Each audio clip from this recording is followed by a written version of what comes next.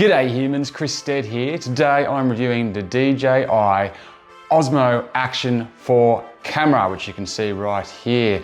Now this device was released on the 2nd of August 2023, but DJI managed to get me this unit in the end of June, so I've had a fair bit of time with it, to put it through its paces, just took it to a trip down to the snow, gave it a real test. So I'm going to go through and give you an insight into my experiences with this device, but also its specifications and where it sits in the market. Now, obviously its main competitor is going to be the GoPro, and I've got the GoPro Hero 11 Black here.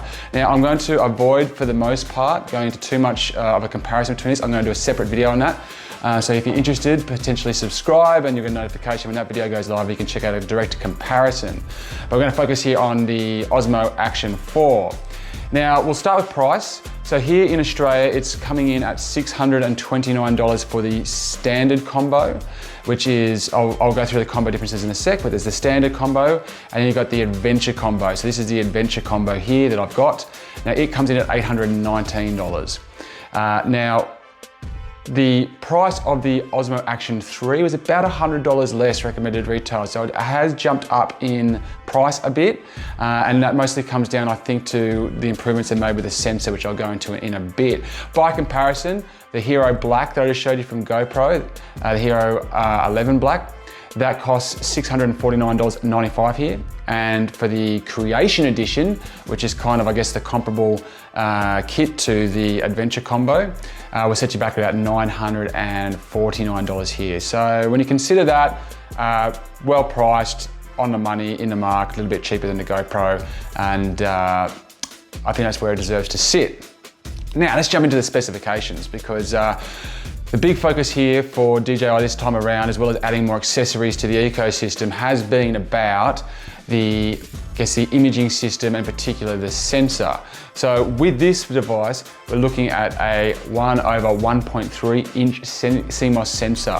So it's a much bigger sensor. The Action 3 was a 1/1.7 inch sensor, and the Hero Black 11 or Hero 11 Black is a 1/1.9 inch sensor. So this is a considerably bigger sensor, and as a result of that, it's much better at low light. And I'll go into that a little bit more when we talk about the performance later on. But the low light performance of the Osmo Action 4 is excellent, and it's got a lot to do with that sensor. It also helps with HDR, contrast, other sides of the experience like that as well. But low light, really good. Now, elsewhere in the camera, we've got the capability to shoot up to 4K 120 frames per second video with 2x digital zoom. You got 10 megapixels still, so that's quite down. The GoPro sits at 27 megapixels, and even the Osmo Action 3 was at 12 megapixels, so they've kind of like scaled back on the stills. They've still got 4x digital zoom. You got 155-degree ultra-wide field of view, so that's pretty much the industry best. You got a focus range of 40 centimeters, and this is really interesting because the focal range of the last Osmo Action 3 was 30 centimeters in theory, but a lot of people and found experiences of it being just way too soft an image at that distance. And they've basically copped out of that and just pushed it back another 10 centimeters now. So you're not going to get that real good focus on very close items. That's key to know. I think the GoPro's does all right around 28 centimeters. So the Osmo Action 4, 40 centimeters is the focus range. They fix that up to basically avoid criticism, I suspect, with soft images that are close-ups. You've got now, we haven't seen any, there's no big improvements here to the software side of things, at least not at the moment. There might be a firmware update, but we're looking at the same kind of 360-degree horizon steady image stabilization and the Rocksteady 3.0 image stabilization as well. The ISO range, to go to the low light, very impressive, 100 to 12,800. Sorry, 100 to 12,800. You got the shutter speed can go down to 1/8000th. Obviously slow motion and time-lapse support, 4K at 120 frames a second there. 10-bit color, that's the same as the Osmo Action 3 and the GoPro. Now, battery life's really interesting. I'll go into that with more performance, but they've got a 1,770 milliamp hour battery, which is bigger than the GoPro, and they claim up to 160 minutes of battery life. That claim doesn't hit the mark for me, but I'll go into more on that in a bit. But quick charging is excellent, 80% charge in 18 minutes, so that's fantastic. The temperature range on this device is awesome, drops down to at least -20 and can go up to 45, much bigger range than the GoPro there. And it's waterproof up to 18 meters without a case as well, so that also is huge compared to some of the competitors in the market. Now both the front screen and the back screen are both color and they're both touch screens, which is great. 700 nits of brightness as well, really vibrant screens. And both over 300 ppi as well. So they're easy to use, easy to access, and they actually react quite quickly as well. Now I'll go into a bit of a design later on, but the magnetic quick release system is available yet again, and native vertical video. Then the micro SD card support, that goes up to 100, goes up to 512 gigabytes, which is double that of the Osmo Action 3, but still half of what the GoPro can offer. So a bit of work to be done there. 3 microphones, Wi-Fi and Bluetooth 5.0 connectivity, which allows you to use it as a webcam or to live stream, and is slightly under the GoPro weight-wise at 145 grams, which is exactly what we saw with the Osmo Action 3. I'll be interested to hear how the audio goes there, especially if I swing it this way, stay over here, see if we get some omnidirectional support in the audio here when we're going from left and to right. We'll see if there's any difference in that when I do the video. Okay, so let's take a close look here at the Osmo Action 4's design. Now, if you're familiar with GoPro, you'll probably instantly see a resemblance. They're very much taking the lead from GoPro, and I think that's smart. I think it's quite smart that they've just gone, you know what, GoPro is the main player here. Let's not rock the boat too much, and let's rock the boat only where it counts. So difference-wise, this touchscreen here this front screen is a touchscreen. It's not a touchscreen in the GoPro. And this to the back. So basically, you can if you're looking into it or looking from the side, you can actually press the buttons and interact with it in the ways that see fit. Otherwise, all the swiping and everything is very similar to the GoPro. Now, where they've done some really interesting stuff, I think, with the design, is with the way they got this button here. So to open things, you just slide like that. It's really quite easy. Whereas the GoPro I find quite cumbersome to get open, and it does this while still retaining an 18-meter long, deep, waterproof feature. So it doesn't compromise it at all to have such a much more simpler and easier system. And you can see that's just it. You get the battery in and out, and your micro SD card in there. So that's quite good. Now you'll notice that there's nothing on the bottom here, and that's because this uses this magnetic clip. Now this is really quite interesting, and I'll show you why. Actually, first I'll just quickly talk about the difference in the two versions of the camera. So this is the Adventure combo that I've got here, and the Adventure combo comes with the color extras that the standard doesn't come with. So the standard combo, you're going to get the camera, obviously. You're going to get one of these clips, which I'll show you here, these magnetic clips. Like this, so you get, and then you get this case. You get one single battery, you get a mount as well, and a screw. Now, when you step it up to the Osmo Action 4 Adventure combo, you get a second one of these, which I haven't opened yet. Oh, so you also get like a lens cover and a few bits and pieces like that. You get the second one of these. You also get the battery kit, which comes with the 2 additional batteries, and they just sit in here, and this thing charges, and it kind of charges itself at the same time. So this is awesome. I've got one in there right now, that's why there's one missing. This thing is really, really cool and keep you going a long, long time. And you also get this ridiculously long, 1.5 meter long extension rod for selfies or for sport, whatever you happen to be filming. Now, what's really interesting is that you sit this in the case. Sorry, the outcome of all of that was, I think the Adventure combo is definitely worth upgrading for the $819. It's really easy to get in and out. If you've ever used the media mod for the GoPro, it's a lot more cumbersome than this. This just clips in and out like that. And now you have this where you can use it beforehand. You don't need the case to do it this way. So it's magnetic, so it won't even go in that way. I don't know if you can see, it's just like sliding on a magnet. If you turn it around and get it the right way, it's magnetic and it clips in like that. Now, I do find it's a little bit cumbersome to get right. It doesn't always clip on both sides, but that's now clipped in, right?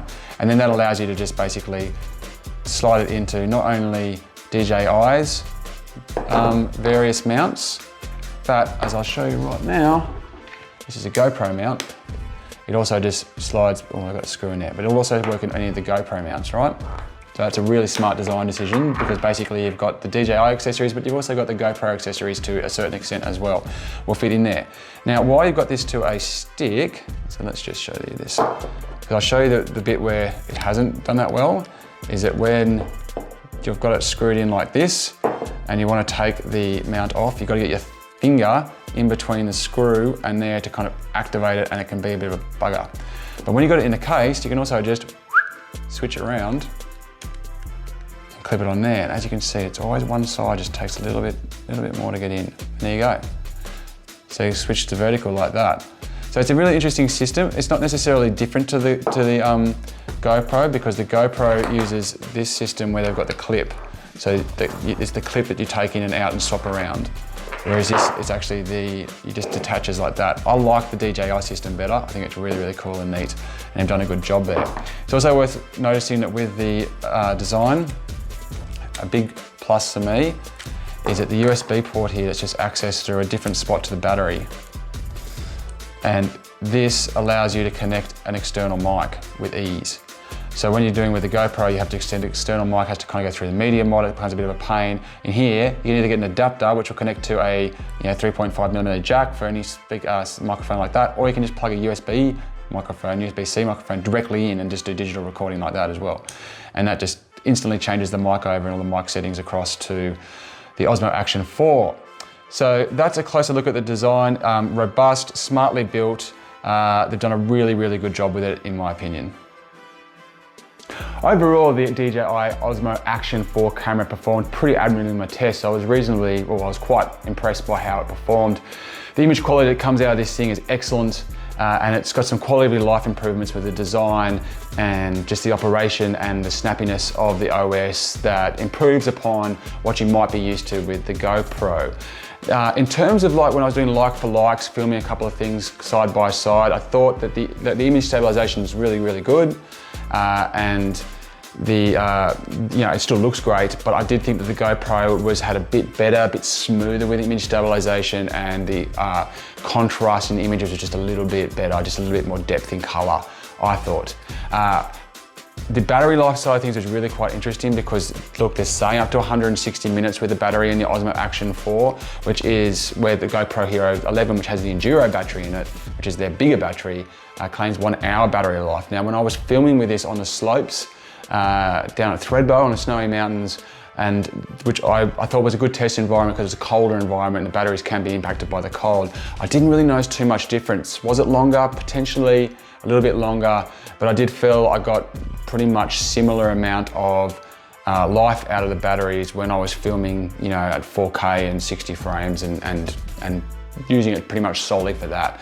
So where they go up to the 160, I don't know, maybe experimenting around. It does mean that when you get if you get the Adventure Kit, which comes with the bonus batteries, is actually a really great little bonus there, because that does then give you significant extra batteries just on hand, charging, easy to access. So the 160 I think is a bit of a furphy. I don't know what you'd have to be doing in order to get that, but the battery life definitely isn't a dog. It's just potentially not amazingly huge like it's suggested. Now, in terms of where this thing really shines, it's the low light. So as soon as we got into a low light environment, this thing just took on a new lease of life compared to its rivals. It really performed well. It didn't really lose, there was no kind of blurriness or focus issues. It didn't start to stutter a little bit and just struggle. The colors remained rich. The stabilization remained smooth. Everything just kept performing really, really well. So big tick there for this sensor. And when you consider the temperature range that this thing has, and you also consider the depth it can go into water, it's like some of those quality of life things that I was talking about, in particular being able to just plug a mic into this. And the fact that you can mount this on GoPro mounts as well that you may already have, kind of adds to its ecosystem, and it's just smart, right? It's just smart on their part. So I definitely think this is worth considering. I definitely think this is worth looking at if you're looking for an action camera. The DJI, if you're a full pro and you're hardcore and you want that 5.3K, which the GoPro pushes up to, and you're gonna really get into those interesting time-lapse modes and the variety of options that the GoPro offers kind of beyond what the DJI can, then maybe you're going to get the value, or you've got a use case where the GoPro still might be the one for you, right? But I think for just average punters such as myself, might be filming the kids, want to take it on holiday, maybe take it surfing or snowboarding or things like that, bike riding, this thing is absolutely in your wheelhouse. It's definitely going to deliver, especially if you think you're going to be doing anything in low light. because this thing really shines there. All right, those are my thoughts on the DJI Osmo Action 4. Like I said, check out my video where I compare this more directly with the GoPro. I've got some side-by-side footage.